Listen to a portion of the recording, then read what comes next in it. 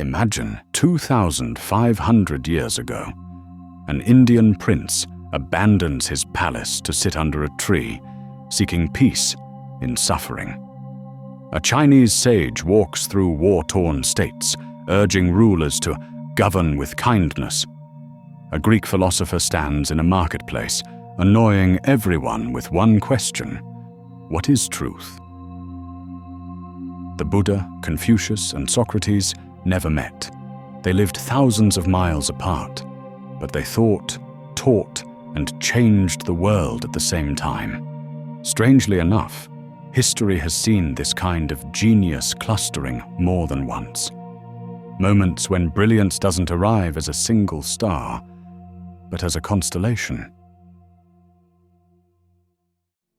Let's start with what many scholars see as humanity's first great intellectual awakening, a global shift that unfolded independently, yet with striking parallels. Around 2,500 years ago, across Greece, China, and India, something extraordinary ignited. Old tribal wars raged, kingdoms crumbled, and societies hungered for new answers. Chaos didn't silence thought. It gave it room to flourish. In Greece, Socrates probed life's most basic questions. What is virtue? How should we live? His student Plato delved deeper, exploring justice and ideal societies in dialogues that still challenge us. Plato's student Aristotle, in turn, sought to uncover the laws of nature and logic, laying groundwork for Western philosophy, science, and reasoning. Together, they built a foundation that would endure for millennia. In China, Confucius redefined ethics, teaching the Golden Rule: what you do not wish for yourself, do not do to others. Meanwhile, Laozi and Zhuangzi offered a quieter path, harmony through the Tao, the way of nature that flows through all things. Around them, the 100 schools of thought clashed: Confucians, Mohists, legalists, and Taoists, turning chaos into a vibrant forum of ideas. In India, the Buddha walked away from privilege to explore suffering and enlightenment, teaching that peace lies in transcending desire. No letters crossed these continents. No travelers shared their ideas. In a 500-year window, they all asked, what is the ultimate order of existence, and where do we fit within it? A spiritual awakening, unplanned but eerily in sync, redefining humanity's relationship to the divine and the cosmos. Centuries passed, empires rose and fell, and the spark dimmed, until the world was ready to burn again. This time, the flame came from paintbrushes, star charts, and ships that sailed beyond the horizon. Europe had just emerged from the Black Death, which killed half its people, and a medieval church clinging to old truths. But from the ruins, curiosity erupted. In Florence, 1504, Michelangelo's David stood tall in the square, a marble masterpiece of human strength. Blocks away, Leonardo da Vinci sketched flying machines and dissected bodies to understand anatomy. Art and science tangled in one mind. They despised each other, yet their rivalry fueled the same fire. In Germany, Gutenberg's printing press didn't just print books, it turned squares and taverns into intellectual crossroads, where ideas spread faster than ever before. In Poland, Copernicus dared to say the sun, not Earth, was the center of the universe, upending everything humanity thought it knew. And then the ships sailed. Columbus crossed the Atlantic. Vasco da Gama reached India. Magellan's crew circled the globe. They didn't just map the world, they proved it was bigger, wilder, full of questions. This was a time when humanity asked, What can we achieve when unshackled from old limits? And what defines our dignity as beings? The Renaissance lit the spark. By 1600, it was a roaring fire. Science and philosophy weren't just peeking through cracks in the old order. They were breaking the door wide open. Galileo pointed his telescope at the moon and saw craters, not a perfect sphere. Johannes Kepler mathematically proved planets orbit the sun in ellipses. Newton sat under an apple tree, or so the story goes, and connected falling fruit to the stars, gravity, a law that governed the universe. Meanwhile, philosophers asked, what is reason? What is freedom? Descartes declared, I think, therefore I am, putting human thought at the center. Hobbes and Locke debated how societies should govern, by fear, by consent. Then came the Enlightenment. Voltaire mocked tyranny. Rousseau championed the general will. Kant urged us to dare to know. In Paris salons, London coffeehouses, and letters crisscrossed Europe, minds ignited minds. For the first time, knowledge called itself universal. It didn't belong to kings or priests. It belonged to anyone who dared to think. Revolutions had shaken thrones. Now, ideas shattered every boundary. The world industrialized. Steam engines roared, factories smoked, but it also philosophized, created and questioned like never before. In science, Darwin hesitated for decades, then published On the Origin of Species, proving life evolves. Maxwell tamed electricity and magnetism with equations. Pasteur showed microbes cause disease, saving millions. Freud dug into the unconscious, asking, what hides in our minds? In literature, Tolstoy's War and Peace laid bare the soul of Russia. Dostoevsky's Crime and Punishment probed guilt and redemption. Proust wrote of memory, capturing fleeting moments that glowed like stars. In philosophy, Marx argued that class struggle drives history.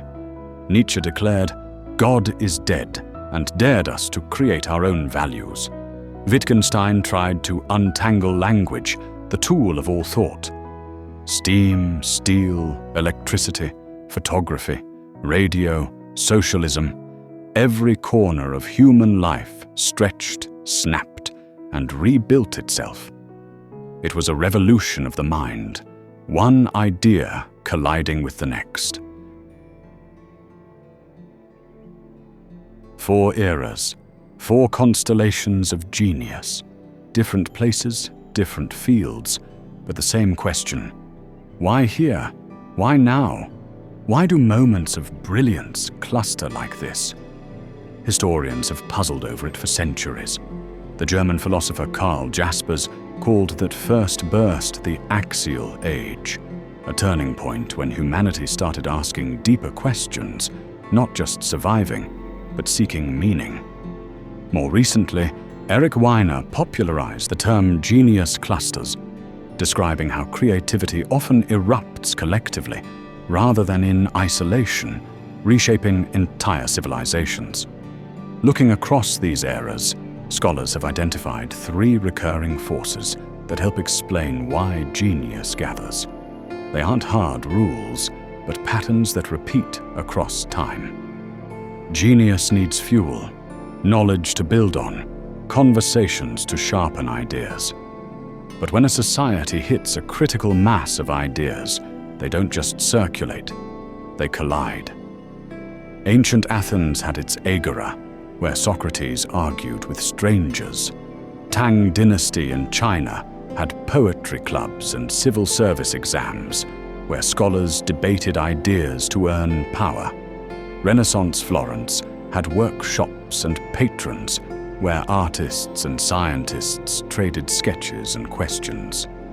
Enlightenment Europe had journals and coffeehouses, where Voltaire's essays sparked riots of thought. This is the information density principle. When ideas collide fast enough, creativity erupts, and it ties to the latent genius hypothesis. Every generation has potential geniuses, but only in high-energy environments do they ignite. Without that spark, brilliance stays buried. Great minds don't just thrive in peace, they thrive in rivalry. Leonardo and Michelangelo insulted each other publicly, but their feud pushed art to new heights. Einstein and Bohr argued about quantum physics for decades. Their debates redefined reality. Genius clusters are like intellectual supernovas. One triggers another, and it often starts with a cultural trigger mechanism, a moment when society rewards disagreement, experimentation, even troublemaking. Without that arena, rivals have no stage to push each other. Even in feud, there's respect. They knew, to sharpen your ideas, you need someone to challenge them. Looking across these eras, a recurring phenomenon invites our reflection. A common backdrop to these periods might well be this. Certain aspects of the old world are undergoing profound transformation or dissolution, and this state of upheaval may serve as fertile ground for nurturing new ideas and genius. The Axial Age rose from collapsing tribal orders and endless war. The Renaissance followed the Black Death and a corrupt medieval church. The Enlightenment emerged after religious wars that bloodied Europe. The 19th century explosion came after revolutions toppled monarchs. Old systems fail. Old answers sound hollow. Suddenly, societies ask, is there a better way? As philosopher Thomas Kuhn put it, this is a paradigm shift. Genius isn't born when the system is stable. It's born when the system breaks. Some call it the historical blind zone. Eras without genius clusters aren't lacking talent. They're lacking the chaos to set it free. We call them golden ages for their brilliance. Yet behind every glow lies fire. Light follows destruction, not stability. Genius clusters emerge when the world itself demands new answers. So what comes next? What will the next genius cluster look like? And what if we're living through one right now? Not one led by sages or painters or philosophers, but by engineers, programmers, machines. Artificial intelligence is reshaping thought itself.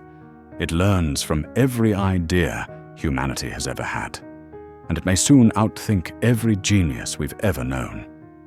Will this new cluster elevate humanity or replace it?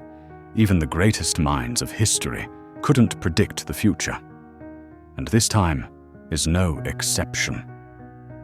But one thing is clear, genius clusters aren't about the past.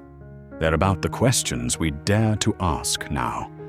The Axial Age, for the first time, saw humanity look up to contemplate the ultimate, breaking free from the fetters of primitive theocracy. The Renaissance, then, saw us bow to gaze inward at humanity itself once more, emerging from the shadow of institutionalized theocracy. So what is our calling now? A question perhaps not even artificial intelligence can help us answer.